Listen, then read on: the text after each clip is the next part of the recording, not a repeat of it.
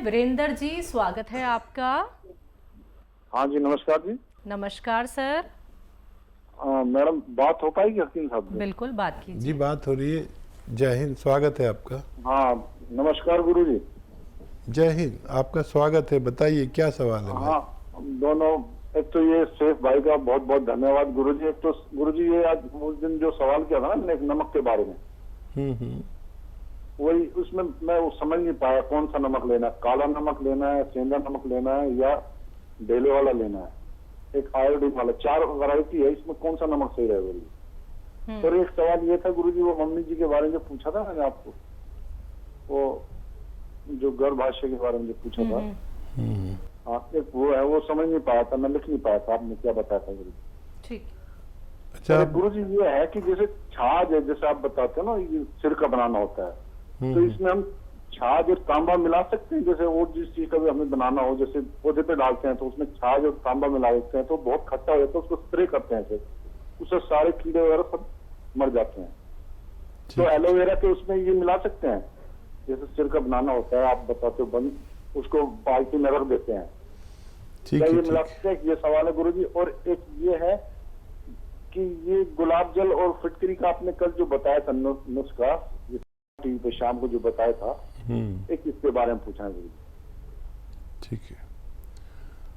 अच्छा देखिए, तांबा नहीं मिला सकते सिरके में, तांबा नहीं मिला सकते, वो बहुत खतरनाक रिएक्शन करता है। और तांबा दरअसल जहरीला होता है। इसको बस किसी भी एसिड में, यानी ना नमक डाल सकते हैं इसमें, ना कुछ और ऐसा एसिड, तांबा उससे रिएक्ट करके जो लिक्विड बनाता है वो जहरीला होता है, तो तांबा तो बिल्कुल नहीं डाल सकते। और क्या पूछा है नमक के बारे में? मैंने आपको बताया, देखिए नमकियात तो बहुत होते हैं, लेकिन मैंने कभी ये नमक नहीं बताया। मैं हमेशा नमक जैतून की सिफारिश करता हूँ। नमक जैतून आप लिख लें, नमक जैतून असली लें। ये स्वाद में नमकीन नहीं होता, इसकी पहचान है, देखने में बिल्कुल नमक जैसा होता है। एक चुटकी दिन में 1 बार या 2 बार इसे इस्तेमाल कर सकते हैं। जी, माता जी को लेके सवाल था, गर्भाशय उनका बाहर आ गया था। हाँ, तो उनके लिए मैंने बताया था, मुझे याद है कि गौन चिलगोज़ा, चिलगोज़े का गौन। चिलगोज़ा एक ड्राई फ्रूट है जो जितने दुनिया में ड्राई फ्रूट हैं उनमें सबसे महंगा आता है, और उसका गौन उससे भी महंगा आता है, लेकिन 10-20 रुपये रोज़ की दवा से ज़्यादा नहीं होता है। बस एक चुटकी गौन चिलगोज़ा उन्हें खिलाएं, और एक चुटकी खाने का सोडा, जो मीठा सोडा कहलाता है, 2 गिलास पानी में मिला के ये पानी पिला दिया करें आपकी माता जी के लिए। ये नुस्खा जी। अगले कॉलर हैं रविशंकर जी, स्वागत है आपका। हेलो जी सर। मैडम, नमस्ते भाईजान, सलाम वालेकुम जी। जय हिंद, स्वागत है भाई आपका। भाईजान, मैं रविशंकर मिश्रा बोल रहा हूँ, एक भूतपूर्व सैनिक हूँ। जी जी, इस्तकबाल है आपका, स्वागत है। भाईजान, मैं आपसे 2019 से जुड़ा हुआ हूँ, आपकी कंपनी से, और आपके प्रोडक्ट को देखते रहता हूँ। आपके जो बताते रहते हैं नुस्खे, वो नुस्खे भी देखते रहता हूँ भाईजान, और लोगों को वो नुस्खे भी बताता हूँ, और आपकी कंपनी से दवा बुला करके भी देता हूँ। इसमें हमारी जो बहन रेखा है 36 नंबर, उनके माध्यम से बुला के मैं बहुत से लखनऊ वालों को सुधार चुका। आपकी जैतून का सिरका है, काला गोंद है, सिया गोंद है, ऐसी जो चीज लगती है वो चीज बुलाकर देते रहता हूँ भाईजान। कितने लोगों को फायदा पहुंचाया होगा आपने? कम से कम भाईजान 10 से 12 आदमी ठीक हो गए। अच्छा, बहुत बहुत शुक्रिया, आपने लोगों की सेवा की। अपना नंबर लिखवाना, फ़ोन काटना नहीं, ये हमारे मीडिया कर्मी आपका नंबर लिखेंगे बात होने के बाद, काटिए नहीं। तो हमारे मीडिया कर्मी आपसे संपर्क करेंगे, आपका इंटरव्यू और सब कुछ चीज़ें चाहिए ताकि लोगों को फ़ायदा पहुंच सके। और बताइए क्या सेवा? बढ़िया सर, कोई एक प्रॉब्लम, शुगर तो है मेरे को, इनने मेरे को नमक शिवरंजन भेज दिया, शिवरंजन भेज दिया साहब सर, तो उसको कैसा करना है बता दीजिए आप। ठीक है, ठीक है। हाँ, देखिए, नमक शिवरंजनी और नमक जैतून और नमक कलौंजी, ये तीनों चीज़ें एक सा काम करती है। जहाँ नमक जैतून की ज़रूरत पड़े वहाँ पर आप इसे एक चुटकी एक वक्त में इस्तेमाल कर सकते हैं, और ये भी वही सलाहियतें रखता है जो नमक जैतून और नमक कलौंजी में है। अगले कॉलर हैं हमारे साथ, बात कर लेते हैं। हरियाणा से है निर्मला जी, स्वागत है आपका। हाँ जी, नमस्कार मैम। जी नमस्कार मैम। नमस्कार भाई साहब सुलेमान जी। जय हिंद, स्वागत है हमारी बहन का। सर, मेरा आपसे एक प्रश्न है सर। जी। मेरा लड़का है सर, उसकी उम्र 14 साल है सर। उसको ना आधे सर में दर्द रहता है और आंखें भारी भारीपन रहता है आंखों में। ठीक है। और सर एक प्रश्न मेरा है, जो मेरे को ना पित्त ज्यादा बनता है सर। जैसे मैं खाना खाती हूँ तो मेरे को ना खट्टी डकार आती है और खाना हजम नहीं होता है सर। ठीक है। अच्छा, देखिए, बच्चे को अगर नज़ला वगैरह रहता है और नज़ला हुआ, खांसी हुई, बलगम हुआ और उसने कोई दवा ले ली एंटी एलर्जिक, तो वो सब कुछ सुखा देती है, नसों में बलगम को सुखा देती है। तो अगर ऐसा होता है तो बलगम निकालने की दवाएं, कफ निकालने की दवाएं डॉक्टर से लें अपने, जिससे आप इलाज कराते हैं, तो वो निकलते ही आपका बच्चा तंदुरुस्त हो सकता है। और इनका सवाल, पित्त ज़्यादा बनता है, पित्त ज़्यादा बनता है, एसिडिटी, कब्ज़, तो देखिए बहुत अच्छा नुस्खा है। सौंठ, जीरा, अजवाइन, धनिया, मेथी का दाना। एक बार और बोलता हूँ, आप लिख लें। सौंफ 100 ग्राम, सौंठ 100 ग्राम, सौंठ, जीरा, अजवाइन 100 ग्राम और धनिया और मेथी का दाना 100 ग्राम। इन सबको पाउडर बना के घर में रखा करिए, किसी को भी आधी रात को ज़रूरत पड़े तो बड़ा काम आता है। और एक आता है नमक जैतून, ये नमक अलग टाइप का नमक है, देखने में नमक जैसा लेकिन स्वाद में नमकीन नहीं होता। एक चुटकी नमक जैतून 2 गिलास पानी में मिलाना और इस पानी से आप ये जो 6 चीज़ों का पाउडर बनाया है इसको खाकर पानी पी लें, बस दिन में एक बार। बहुत ही ज़्यादा रोग है तो 2 बार भी ले सकते हैं। वैसे एक ही बार में बहुत फ़ायदा शुरू हो जाता है। अब इस तरह इस्तेमाल करें, फ़ायदा उठाएं। जी। मध्य प्रदेश से हैं दीपा जी, स्वागत है आपका। जी दीदी, राधा स्वामी। राधे राधे मैम। दीपा बोल रही हूँ। हाँ जी जी, मैं दीपा बोल रही हूँ। मेरे 2 सवाल हैं दी, प्लीज आप अच्छे से लिख लीजिए। बिल्कुल। दी, वो मेरे ना एक जीजा जी के लिए सवाल हैं, क्योंकि मैं उनको किसी को नुस्खे बताती रहती हूँ तो बहुत ना फायदे करते हैं, तो वो बोल रहे थे मेरे लिए भी पूछना। तो उसकी ना एज है 51 और ना उनको 15 सालों से शुगर है, लेकिन अब ना उसको ना जैसे सुबह उठते हैं ना तो एकदम इतनी पीड़ा होती है, शरीर में बहुत कमजोरी महसूस होती है। और ना वजन है उसका 88 और उनको शुगर है। तो वो बोल रहे थे मेरे लिए पूछना कि मैं जैसे सुबह उठता हूँ तो बहुत पीड़ा होती है शरीर में और कमजोरी भी बहुत लगती है और वजन भी बढ़ा हुआ है।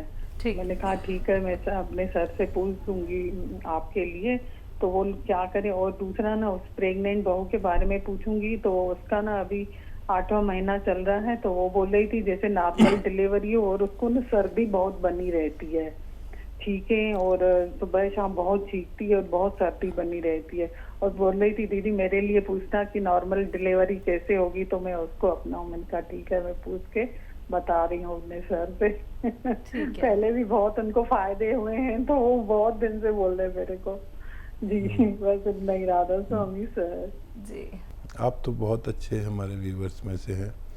आपकी बहू को भी मुझे मालूम है कि उनको रिसाव शुरू हो गया था, ब्लीडिंग शुरू हो गई थी, फिर आपने मुझसे नुस्खा पूछा था, डॉक्टरों ने मना कर दिया था नहीं हो सकता, फिर मैंने नुस्खा बताया था, फिर वो बच्ची अच्छी हो गई थी। मेरी तरफ से प्यार करना उसको और कोशिश करें नॉर्मल डिलीवरी हो।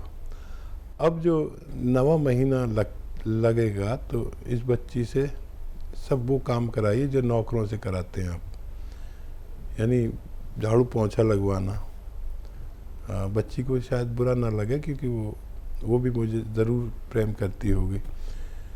और एक कपड़े धुलवाइए ज़मीन में बैठ के, चाहे आपके यहाँ नौकर चाकर हों, मशीनें हों धोने की, लेकिन उससे कराइए जितना भी उससे हो सके। तो ये 2 काम कराना शुरू कर दीजिए उससे। और जब जो डेट डॉक्टर ने दी हो उसकी, उस डेट पर उसको जो बेकार सा गुड़ नज़र आता ना, काला सा, पुराना सा, बकवास सा, वो गुड़ घर में रखिए। जो डॉक्टर ने डेट दी है उस डेट से 1 दिन पहले ऐसे 50 ग्राम खिलाना, फिर अगले दिन 50 ग्राम या 100 ग्राम खा ले किसी तरह, और खूब पानी पिए। आपकी बच्ची को बहुत नॉर्मल डिलीवरी हो सकती है। जी।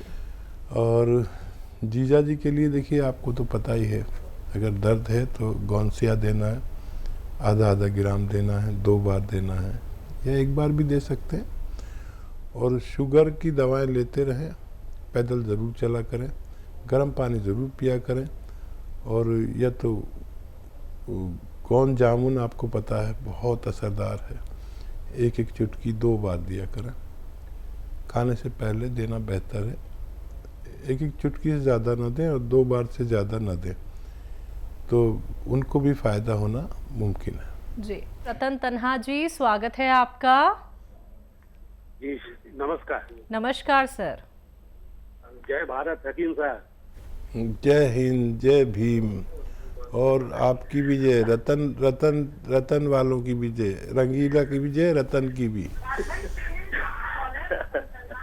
जी, मेरा मिजाज, शारीरिक मिजाज सर्द है सर। ठीक है सर। और लोगों का विचार है कि मेरा मिजाज गर्म है, लेकिन मैं ये भी बताता हूँ, जब आप देखते कोई श्रोता की बात पर, कोई लिसनर्स की बात पर आप जब भावुक होते हैं, तो मैं भी भावुक हो जाता हूँ, मेरी भी आंखें भर आती है। मैं कोई धारावाहिक देखता हूँ तो कोई ऐसा छनाता, कोई फिल्म देखता हूँ ऐसा छना, तो मेरी आंखें बार बार भर आती है। मैं नहीं जानता कि मेरा असल में मिजाज क्या है। शारीरिक मिजाज तो सर्द है, ये जानता हूँ। जब मौसम चेंज होता है तो मुझे तकलीफ होती है थोड़ी बहुत, सर्दी वगैरह की। दोस्तों को ये आशा रहता है मुझसे कि मैं उनके हर बात पर जी हुजूरी करूं, उनका मैंने कोई भी गलत बात हो तो मैं उसमें हाँ में हाँ मिलाऊं। लेकिन मेरा वो मिजाज उस समय गर्म हो जाता है। मैं ठीक सामने, उनके चेहरे के सामने 2 टूक मैं कह देता हूँ कि नहीं ये गलत है। और ये तो अब जाने बता चुका हूँ कि मैं भावुक हूँ अंदर से। तो ये मौसम चेंज हो रहा है सर। मैंने उन्नाव, लिसोड़ा और अलसी और पीपल, इसका 150 के रेशियो से बनाया हुआ है सर। मौसम चेंज हो रहा, मैं खुद के लिए बनाया हूँ और शुरू भी कर चुका हूँ। तो क्या मैं ये जो 450-500 का बनाया हूँ पूरा खुद खा सकता हूँ, या बचने पर किसी को दे भी सकता हूँ सर? और दूसरा प्रश्न है सर, मेरा एक हवीज है बचपन का जी, तो वो थोड़ा सा यौन शक्ति वो कह रहा, आज ही फोन आया था रांची से, बोला मैं कुछ कम हो रहा है, तो उसके बारे में कुछ बताइएगा सर। ठीक है। ठीक। हाँ देखिए, मिजाज जो है इंसान का, वो उस चीज़ पर निर्भर है कि अगर आपको नज़ला, खांसी, बलगम, छींकें अक्सर आती हैं और जल्दी आप किसी रोग में ग्रस्त हो जाते हैं, तो आप सर्द मिजाज हैं, चाहे गुस्सा आपको कितना ही आता हो। तो गुस्से से मिजाज का कोई ताल्लुक़ नहीं है। और समझ लीजिए कि आपको बार बार बलगम, खांसी, छींकें रहती है, तो आप ठंडे मिजाज के हैं और आपके अंदर इम्यूनिटी यानी रोग प्रतिरोधक क्षमता कम है। ये तयशुदा बात है यूनानी और आयुर्वेद की। और वो मिजाज का अगर बात करें जो भावुक होने वाली बात है, तो उस मिजाज में आप मुझ जैसे हैं, समझे। ये हमारी दोनों चीज़ें मिलती हैं, इसीलिए हम एक दूसरे को पसंद करते हैं। तो वो मेरा भी हाल है कि मैं बिल्कुल जवान था, फिल्मों का बड़ा शौक़ था, मैं चला गया पिक्चर देखने। इत्तेफाक से मेरे चारों तरफ लड़कियां बैठी हुई थी और मैं अकेला, और वो जो सीन आया जज्बाती सीन, तो मैं तो इतना बुरी तरह रो रहा था और वो सब लड़कियां मुझ पर हंस रही थी। तो ये हमारा मिजाज है, आपका और हमारा मिजाज मिलता हुआ है। ये बहुत पसंद किया जाता है भगवान की तरफ से, रोने वाली आँख को भगवान बहुत पसंद करता है। और यही आँख अगर अपने रब के आगे रोए तो बहुत, जो चाहो भगवान से मनवा लो। और अगर वक्त ऐसा हो कि रात के 12 बजे के बाद का, जब सब सो चुके हो और आप उठ के सजदे में उससे कुछ जो बातें करोगे, तो उसकी सरगोशियाँ भगवान के यहाँ होती हैं। जो आप यहाँ बोलते हो वहाँ सुनाई देता है। याद रखें आप, ये वो वक्त है जब आप अपने रब से सब कुछ मनवा सकते हो। और खुददार होना बहुत अच्छी बात है।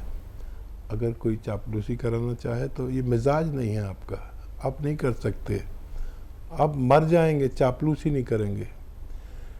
और एक शेर याद आ रहा है कि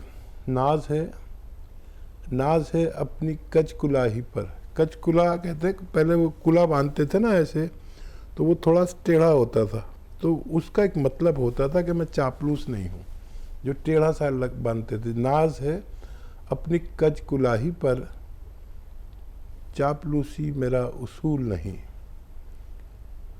डूब जाना कबूल है लेकिन मिन्नते ना खुदा कबूल नहीं। मेरे ख्याल से इनके सब सवालों के जवाब दे दिए मैंने। एक सवाल रह गया, उन्नाव लिसोड़ा अलसी वाला एक नुस्खा बनाया इन्होंने जी, वो आप इस्तेमाल कर सकते हैं, वो इस्तेमाल करिए। किसी को देना हो तो दे भी सकते हैं, फिर दोबारा बना लेना। आपका तो मिजाज है लोगों की खिदमत करना, कितने लोगों को आप अच्छा कर चुके हैं। तो इसको आप इस्तेमाल करें लगातार 4-5 महीने, फिर आपका मिजाज मोतदिल या गर्म हो जाएगा और आप फिर सर्दी के या इन रोगों से जल्दी ग्रस्त नहीं हुआ करेंगे। बिल्कुल।